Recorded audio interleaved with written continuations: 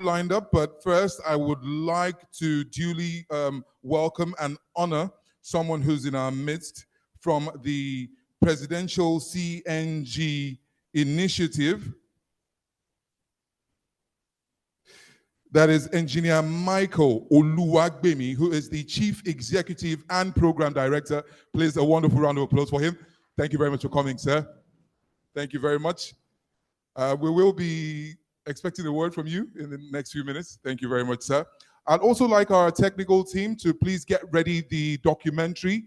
We have an Autogas documentary coming up. That should be in the next few minutes. Of course, we still have plenty more lined up as well. We have a book launch also coming right up after this. So ladies and gentlemen, please a warm round of applause again for the Chief Executive and Program Director, Presidential CNG Initiative, Engineer Michael Oluwagbemi. Thank you for coming, sir.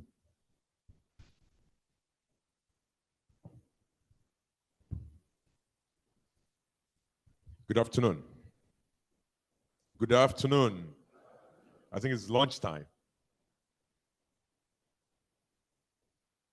Standing on existing protocol, I want to use this opportunity to thank the organizers for the opportunity to grace this occasion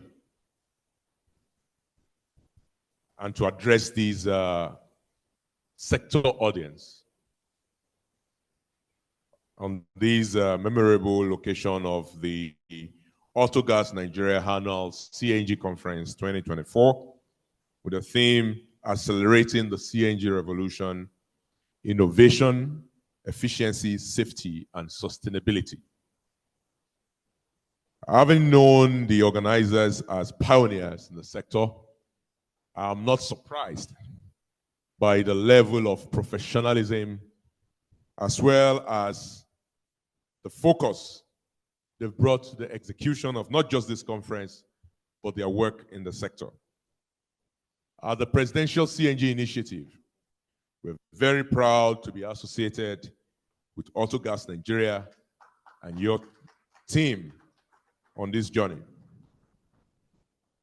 And I bring warm welcome and warm greetings from the Presidential CNG Initiative, Steering Committee, its management team, and of course, our team in general. This journey of revolutionizing Nigeria transport sector with compressed natural gas would not have been possible without partners like you. There's no doubt in my mind that when Mr. President announced the Presidential CNG Initiative about 1 year ago, exactly on October 2023, we will not have been able to make a journey, the progress that we've made thus far, without our private sector partner. One thing was clear when Mr. President made his pronouncement that he wanted the private sector to be at the center of this opportunity. He wanted the PCNGI, the PICNG Limited, to be a catalyst, to be an enabler, not to replace the private sector. And in our execution of our mandates, which are 3, incentivizing the adoption of CNG and other alternative energy for transportation, facilitating investment into the CNG and alternative energy sector for transportation, and regulating for growth for these sectors, we had been conscious of this #1 mantra of Mr. President, that we should be enablers, catalysts for private sector participation in the sector. And I'm proud to say that 1 year later, from just having 7 conversion centers across Nigeria, at our last enumeration, we now have well over 150 centers in the country doing conversions. I believe that deserves a round of applause. That speaks to adoption. From having less than 4,000 vehicles running on compressed natural gas this time last year, we are well approaching about 50,000, including trucks, trailers, and auto vehicles by the end of this year. I believe that deserves a round of applause. Because of you, because of the work the private sector is doing, we had less than 20 refueling centers in Nigeria last year. The latest NMDPRA data, we now have 50 functional CNG refueling stations, and we expect to have 85 additional ones in various stages of development as we speak. The same data shows us that last year we had just 23 mother stations. In Nigeria today, we have 65 stations under various stages of development and 24 additional licensed between last year and this year. I believe that deserves a round of applause.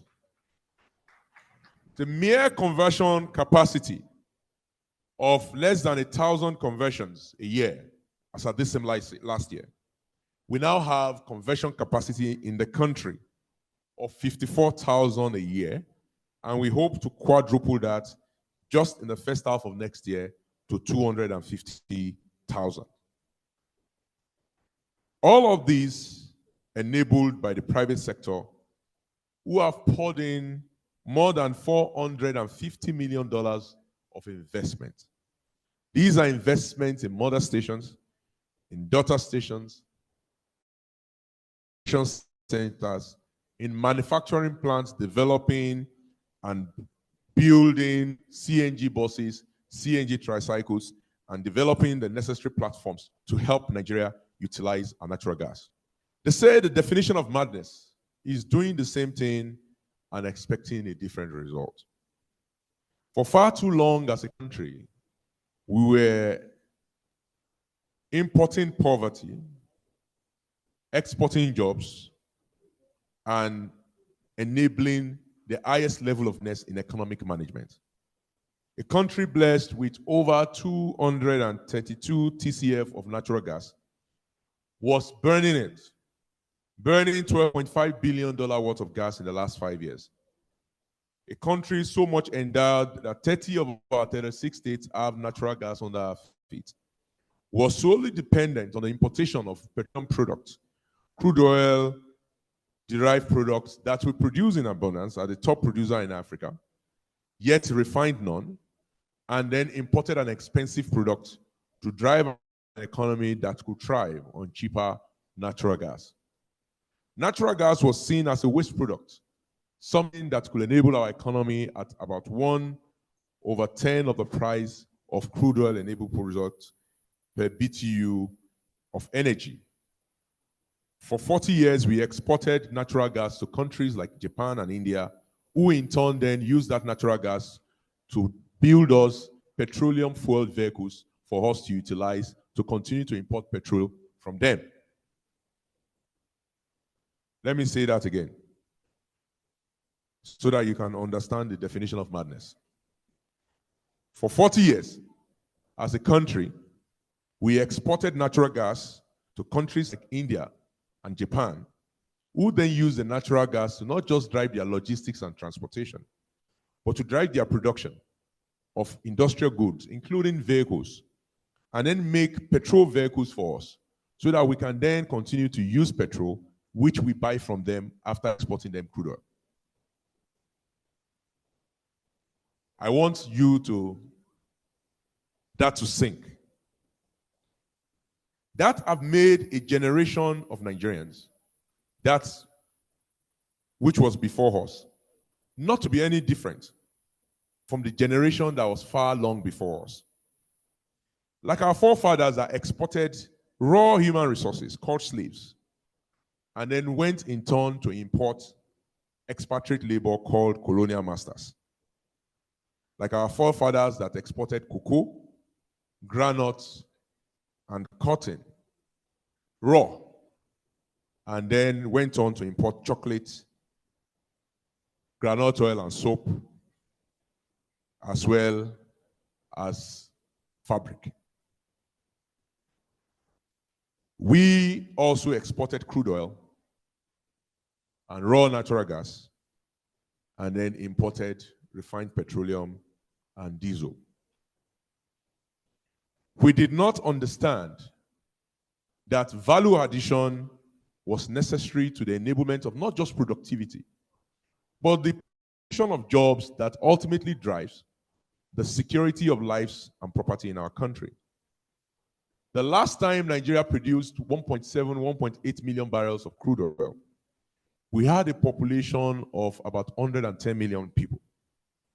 That means, assuming we did not do anything but produce children, we will need to be producing at least 3.6 million to 4 million barrels to be able to match the level of productivity with about double the population today.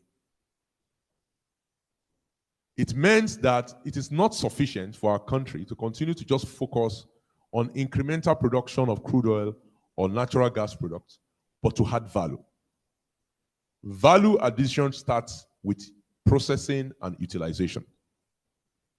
With 1 barrel of crude oil, once processed, you will get 5 times the value and 5 times the volume and 20 times the value. From just a barrel of crude oil, you will have been able to extract not just PMS, naphtha, kerosene, LPG, various other polyethylene and ethylene byproducts. You will also have been able to ensure that your export volume and value increased across the world. But more importantly is that in the production of that crude oil, the byproduct in Nigeria, being a gas country that happens to have some oil, will have been natural gas that costs much cheaper, better utilized locally to drive our economy so that it can be competitive, so that we can export products for cheap, and we can stop our addiction on crude oil derived products. We would have been smarter converting every single crude oil that Nigeria produces, banning export of crude oil to any country in the world, ensuring every single crude oil and condensate Nigeria produce is refined in Nigeria, but then also in turn export almost every single bit of refined product that we produce that we are not using, and then instead building our economy around gas, because we are a gas country that should be enabled with gas. It's cheaper, it's safer, and it's more reliable. This would have been the smart strategy for the past 40 years. But with the coming of President Bola Ahmed Tinubu, GCFR, a man whose background is not just in oil and gas, proudly a co-alumni of ExxonMobil like myself, but is also a oil and gas accountant, knowing fully well the intricacies of the oil and gas market. We've been ultimately now blessed with a leadership that understands the stakes. Nigeria's focus should not just be on producing crude oil and gas. Our focus should be on processing and utilizing it, and more importantly, exporting the more expensive and dirtier products for the rest of the world to utilize, while we utilize the cleaner and cheaper product to drive our economy. That is the reason why I'm blessed, alongside with my team and our board and steering committee under the leadership of Dr. Zak Adediji of the Presidential CNG Initiative and the other wise men and women that co-steer the chief of the committee, to be working with Mr. President to make this achievable. To make this dream achievable, however, we need one thing above all other things. And I've heard a lot of our panelists talk about safety. I've heard a lot about challenges. And I want to say that there is nothing the Nigerian mind can think that it cannot do. This country that we call ours is the most blessed in the world. The average Nigerian IQ is higher than any other IQ in the world. If you want to take a bet, you can go to any graduating ceremony across universities in the world, be it in Europe, America, or in Asia. In every May, August, or December, be it in medicine, engineering, otherwise, having gone through the same school and the same course of study, the Nigerian child continue to outperform and outstrip their competitors, either from Asia or from Europe. The Nigerian mind and the Nigerian brain is much more bigger, it's much more intelligent, it's much more capable And it is that confidence we must use to approach our problems. Yes, we're a big country with big problems, but there's nothing the Nigerian mind and hand touches that cannot turn to gold. If you doubt it, you think about what our nation has achieved in the last 60 years. With a mere GDP per capita of $80 per population in 1960, with less than 500 kilometers of roads, with just one university, with less than 10,000 literate people, with an average life expectancy of 33 years in 1960. In just 60 years, Nigeria has transformed to a country with over 250 universities, with over 70 million literate people, a country with over 33,000 kilometers of paved roads, a country that is now boast of one of the highest per capita in Africa, a country with the largest GDP in the continent, a country that continues to lead Africa in terms of innovation and technology. In 60 years, we transformed this land where the average life expectancy of anybody in the room would have been 33 years to between 56 and 60 years. Yes, it could be better. Yes, it could be much easier to be a Nigerian than it is today. But there's no doubt in my mind that we have achieved a lot and we can do more if we are confident about what we have achieved in the past. Let's take, for example, this country, this city-state that we live in called Abuja. If you came to this land just 35, 40 years ago, it was a waste grassland in the middle of nowhere. In his February, what is now called the Valentine's Day speech of 1976, General Murtala Muhammad laid out the plan for a new capital for the biggest black nation on earth. At that time, there was nothing that was in this land called Abuja. But the Nigerian mind thought, and the Nigerian mind did. About 40 years later, less than 30 years later, we came to occupy this capital called Abuja. So trying with more than 4 million people today. Only Nigeria and Brazil achieved this feat in the last century. And I want you to think about that. Just 2 countries in the world was able to build a national capital and occupy it. The reality was many countries attempted. Congo attempted and failed. Cote d'Ivoire attempted and failed. Even Iraq attempted and failed. Countries that are much richer than Nigeria attempted to build a new national capital, but failed. But the Nigerian mind achieved it. And today it is a thriving city which you and I call our town, our city, our capital. If we can build Abuja, we can transition from the addiction to diesel and petrol to the use of compressed natural gas to drive the industrialization of our country. God bless you, and God bless the Federal Republic of Nigeria. Thank you very much, sir. Ladies and gentlemen, please, another round of applause for Engineer Michael Oluwagbemi of the Presidential CNG Initiative. Sir, please, before you have your seat, I want to kindly call on the participants from the previous segment to please come forward. Let's take a group picture with the Chief Executive of the PCNGI. You can come forward, sir. Please come forward for a picture. Thank you.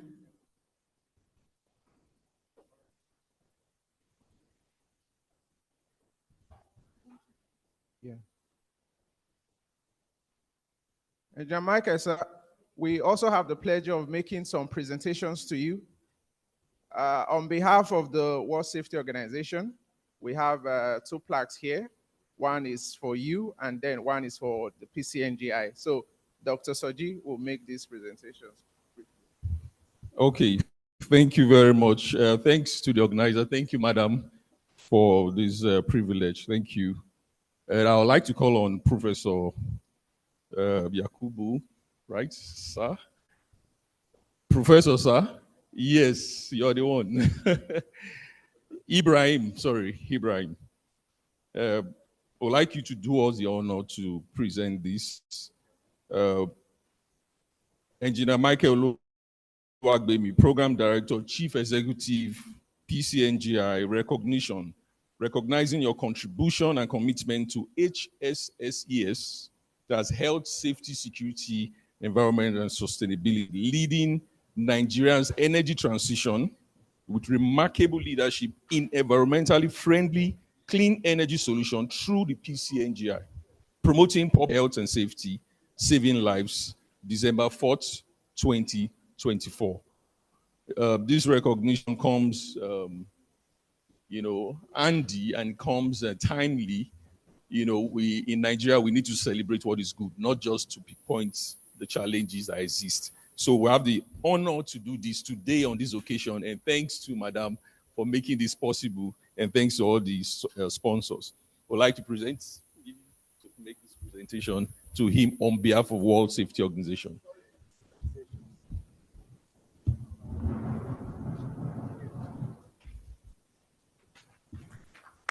Okay, thank you so much.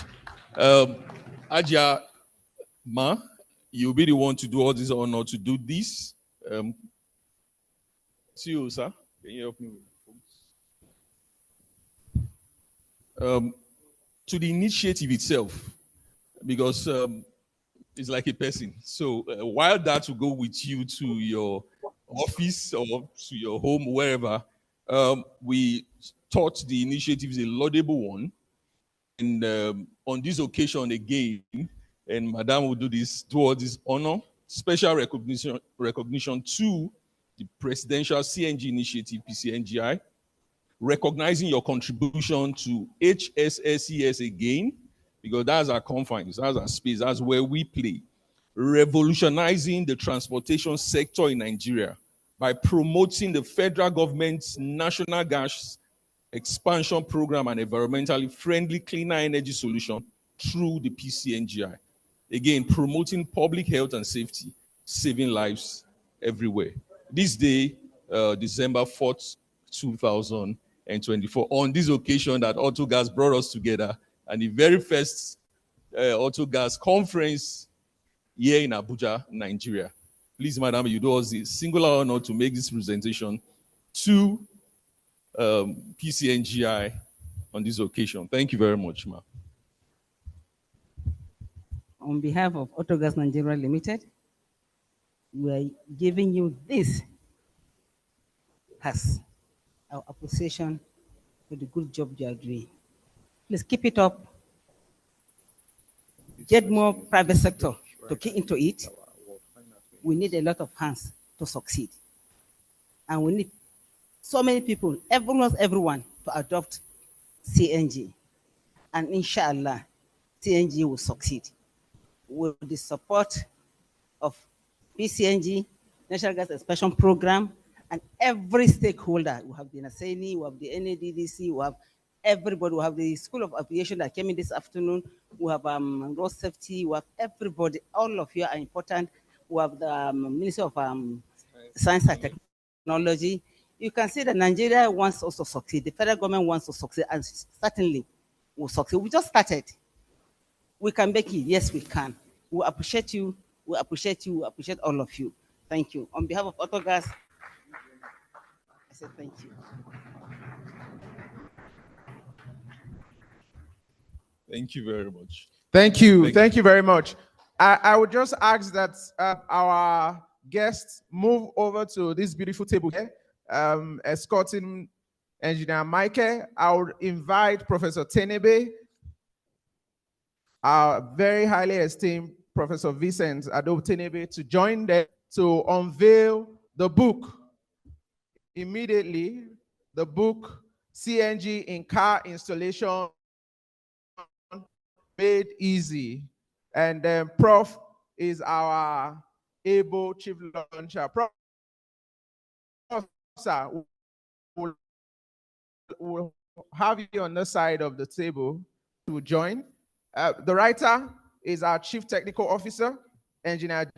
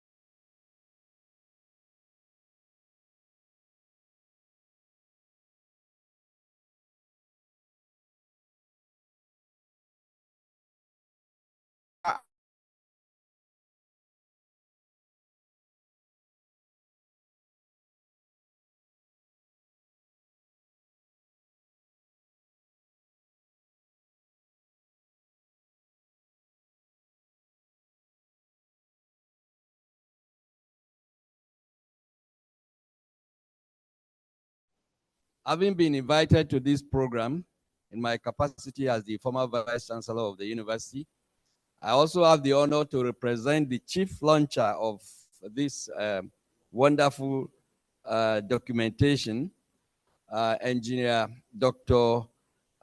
Abubakar Isa, who is unable to be present here because he's on his way from the UK now. He thought he could be here before this program, but circumstances did not allow that. So I am representing Engineer Dr. Abubakar Isa, who is a fellow of the Nigerian Society of Engineers, to launch this book. And I think we will unveil it now, and then I will deliver his message as the chief launcher of the book. Okay. Engineer Abubakar Isa is a renowned engineer, and he has also participated in so many programs that for development. And I want to say that he's one of the engineers that contributed to the building of this university. He's a friend to the university, and he's a friend to so many universities in this country. He has instructed me, and we had a telephone conversation with him, that he will launch this book with a sum of 5 million naira. And he's going to take 12 copies of the book. 10 copies of the book will be distributed between the National Open University of Nigeria, the University of Maiduguri, Ahmadu Bello University, and the University of Abuja. So these copies will be distributed to the libraries. So I have the honor and privilege with all the wonderful executives here to unveil this book now so that the launching will continue. So do we kindly, please.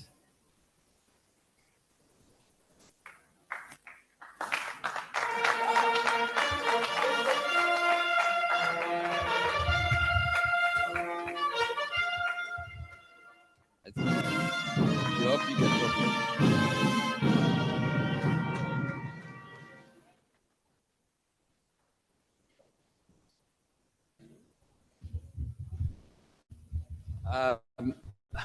Ladies and gentlemen, even though I'm not the book reviewer, but I want to say that I scanned through this book. I am not an engineer, I'm an agriculturist. By virtue of being an agriculturist, I also read some notes about agricultural engineering.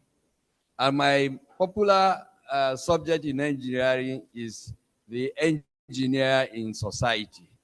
I have gone through this book and I congratulate the author, because today I now know the simple definitions of LPG, CNG, and so on and so forth.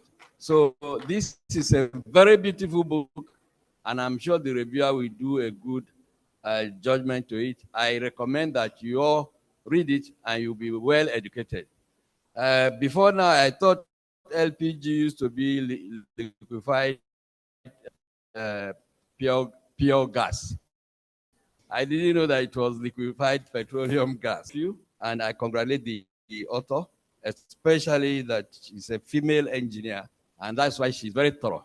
Congratulations, and God bless you for the job you are doing. Thank you very much. Thank you, sir. You can just pass the microphone to Engineer Mike. Yeah, thank you. Thank you, Professor. I want to commend Engineer Joyce Dasa Adams for the book. Definitely makes us very proud in the engineering profession. Like Professor, I'm an engineer, but I'm also a farmer. So I get it both. And this book, I believe, begins to set a standard for the industry, because whenever you are pioneers, one of the key things we have to do is to leave a record behind and to an instruction manual for the next generation to improve.